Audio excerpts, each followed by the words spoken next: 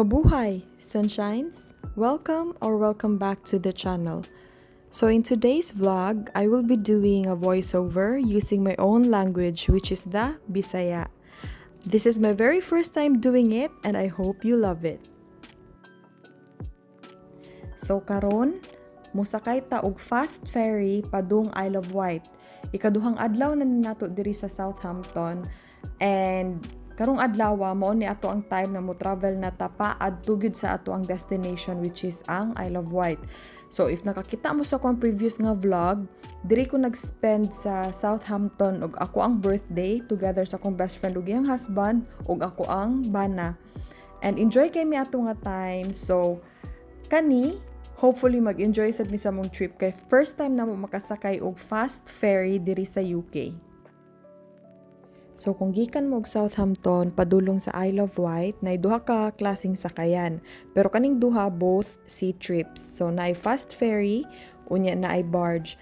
Ang kalahian lang ani nila kay ang travel time. So basically ang fast ferry mukabat siya og 30 minutes while ang barge mukabat siya og 1 hour na travel time. Unya, aside sa travel time, ang kalahian nila kay ang fast ferry pang taw ra gyud siya, while ang barge pang taw ug pang sakyanan. So kani nagbuwag ni sa ako ang best friend ug iyahang bana kay tungod nagdala man sila sakyanan, so didto sila sa barge, nya kami diri mi sa fast ferry. So magkitaay na lang mi didto sa Isle of Wight. Aside sa travel time, lahi-lahi po din nigdunggoanan ang duha ka ferries. So, kung fast ferry mo, mudunggo siya sa West Cowes. Kung barge mo, mudunggo siya sa East Cowes.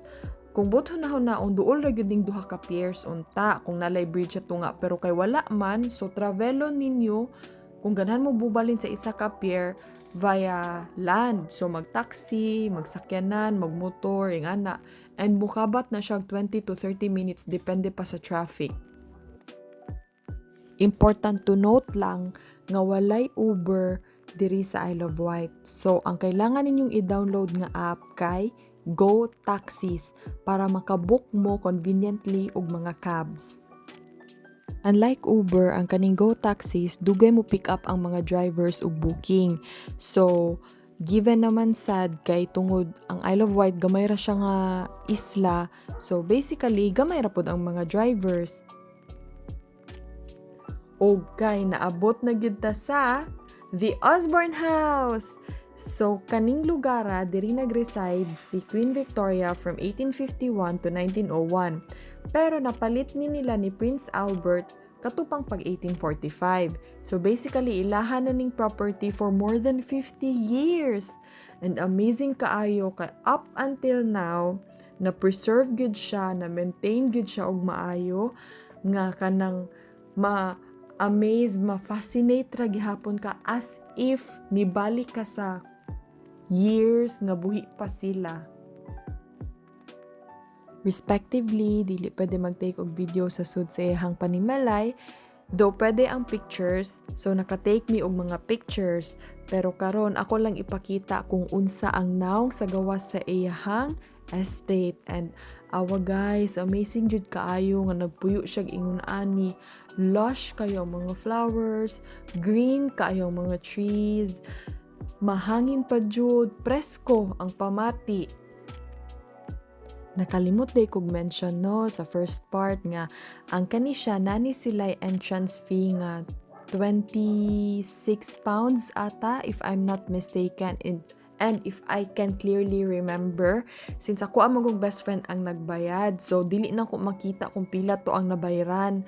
So mo na siya, just to let you know, dili free ang musulod ani nga property.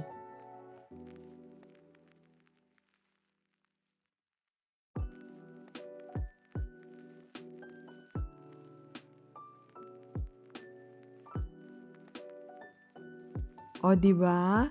Maka-wow jud kaayo.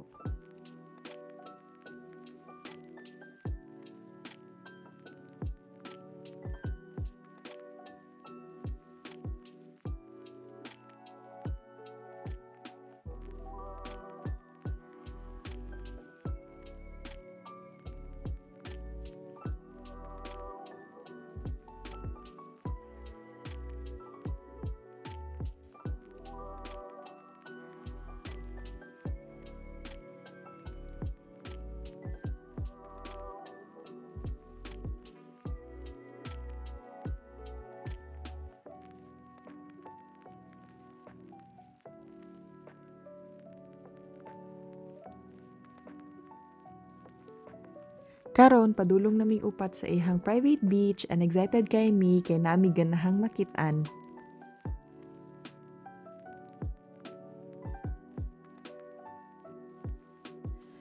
Pagka-presko na lang gyud sa hangin ug ang humot sa dagat.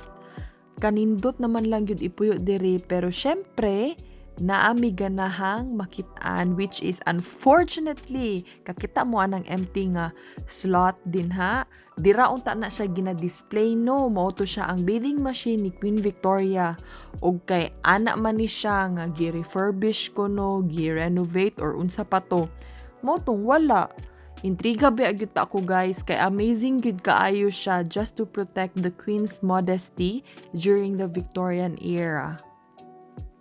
Ang katong bathing machine, gidesign to siya ni Prince Albert para makahelp ni Queen Victoria nga makaabot siya from point A to point B. Kay before, very strict during the Victorian era ang modesty, especially sa mga royals. So basically, si Queen Victoria, balot na siya papunta dito sa dagat. Unya, inikabot sa dagat, ablihan sa iyahang mga alipores ang iyahang bathing machine niya didto na siya mag-ilis para maligo og didto na pud siya muna og once mabutang na sa surf ang katong bathing machine didto na pud siya muna og para maligo og magstay para lang dili gihapon siya makit-an sa mga onlookers. O di ba? Amazing jud kaayo. Ug karon tagaan-ta mo og mini tour sa ako ang nabook nga cottage or cabin under Away Resorts, and ganahan kay ko kay very peaceful, serene kayo ang lugar and very private. So mao ni siya ang overall. Ang nabayaran day nako was around 215 pounds for 3 nights and 4 days. Barato na gid kay ni siya sa UK guys. Kung buto na hunaon. So, mo nang na-amaze lang ko nga ha, tibuo cabin, makuha na ko for kaning amount. And 2 rooms ni siya with 2 toilets. So, honestly, ang kaning ako ang best friend og ako ang bana, wala gini sa ilahang plano nga mag-overnight diri sa Isle of Wight. Supposed to be after sa katong the Osborne House ug samo ang dinner on that same day, mubalik na pud sila sa Southampton. But na-persuade na ko silang duha na mo stay. And moto, nagstay sila, nagamit ang isa ka room, and happy jud kay ko taba kayo ako ang kasing-kasing ani. So karon lingkod-lingkod na lang mi, pahayay-hayahay, as if wala mi nabasa og uwan. Dito pa lang sa Osborne House na bundakan gud mi og kusog kayo nga uwan, mura jud mig basang sisiw. Mao to nanguli na lang mi nagpauga before mi ni balik og lakaw papuntang Ventnor para mangaon og dinner.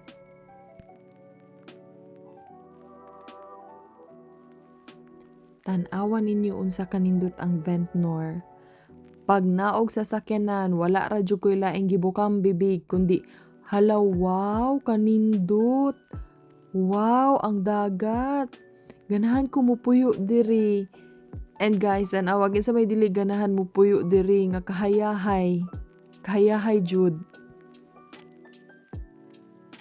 Isa sa ako ang na-realize while gamuni-muni ko aning mga panahona no. Kay kung unsa ko kaswerte tong nagpuyo pa ko sa Cebu. Kay honestly guys, kung ganahan ko maka-experience og ingon ani diri sa UK, kailangan pa ko mo travel og 2 to 6 hours.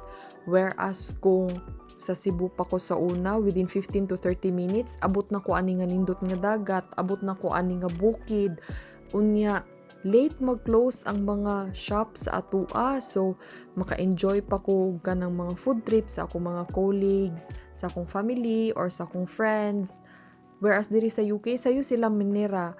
Pero, mas kiingon ana, thankful gihapon ko nga nakaabot ko dinhi kay mao ni ang nakapatabang sa ako ang kinabuhi nga mo progress, mulambo ko as a person, sa akong career, mo mature ko with my husband, o ganang makita na ko ang ako ang kaugalingon, nakita na jud na ko ako ang kaugalingon, and mas nakaila ko sa kung unsa ko, and then mo ni nakapatatag sa ako as an individual also. So thankful pud kaayo ko kay Lord each and every day, especially sa Kani nga gitagaan ko niya og another year to live, and grateful lang jud kay ko sa tanang blessings nga iyang gihatag.